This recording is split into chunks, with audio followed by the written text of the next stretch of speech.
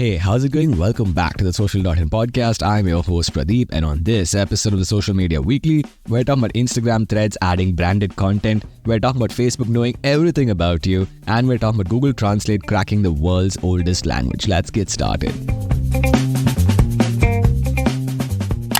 So for our first story, we're talking about Google launching something called connected flights. Now, Google always does this. They work on a product, for example, Android Auto. The product is not doing too well, and then they switch over to the next product. For example, this time it's connected flight, which is essentially Android Auto for flights. As soon as you enter a flight, your Android phone will detect it based on the cabin pressure and turn your phone into flight mode, including connecting the Wi-Fi and Bluetooth to the respective devices. What's interesting here is that Google is using all of this technology to eventually serve you ads. Yeah, I know it's coming.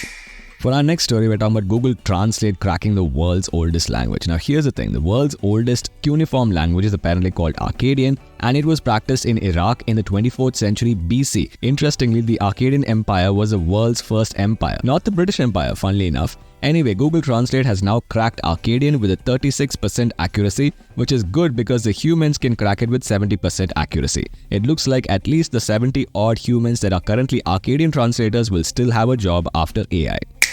For our next story, we're talking about Google Bard adding new features. Now, firstly, Google Bard is now available in 40 new languages, including Hindi, so you can now ask for help with your Hindi assignment. Also, Google Bard will allow you to export code directly to a Python editor, so you can also write code with English. And finally, Google Bard will respond with an image or respond with a caption for an image that you send it. It looks like content writing companies will pretty soon be out of a job.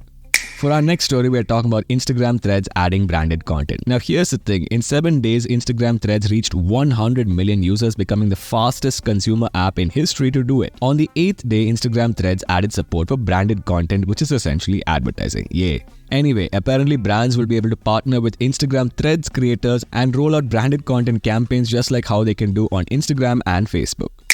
For our final story, we're talking about the Facebook app knowing everything about you. Now, here's what happened. Facebook bought a VPN, as in a virtual private network called Onavo, in 2013. I'll remind you that VPNs are apps that people use to protect themselves from Facebook. Anyway, Facebook obviously shared all of the data from the VPN into the main Facebook dashboard and used it to decide what apps people are actually using. In fact, that's how they decided to buy WhatsApp. Now, the Australian Markets Authority has caught Facebook and is slapping a $20 million fine on them. What's Facebook's defense? They're saying that they shouldn't be fined so much money. Apparently, Meta, which is a parent company of Facebook, has a market cap of $800 billion and therefore it's pretty big. But Facebook is just a small social network with just 3 billion users and doesn't make any money.